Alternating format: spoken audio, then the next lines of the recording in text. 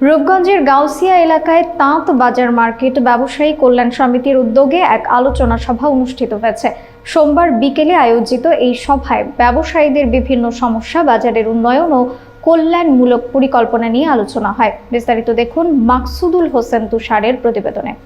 সভায় সভাপতিত্ব করেন সমিতির সভাপতি ও নারায়ণগঞ্জ জেলা স্বেচ্ছাসেবক দলের আহ্বায়ক মাহবুবুর রহমান।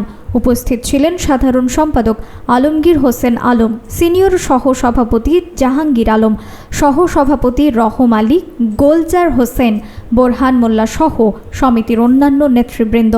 বক্তারা ব্যবসায়ীদের অধিকার, বাজার ব্যবস্থাপনার স্বচ্ছতা এবং আইন শৃঙ্খলা পরিস্থিতি নিয়ন্ত্রণে মত বিনিময় করেন।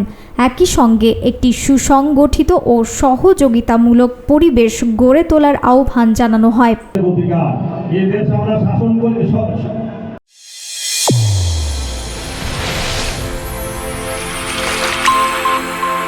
চ্যানেল A1 হৃদয়ের স্পন্দন।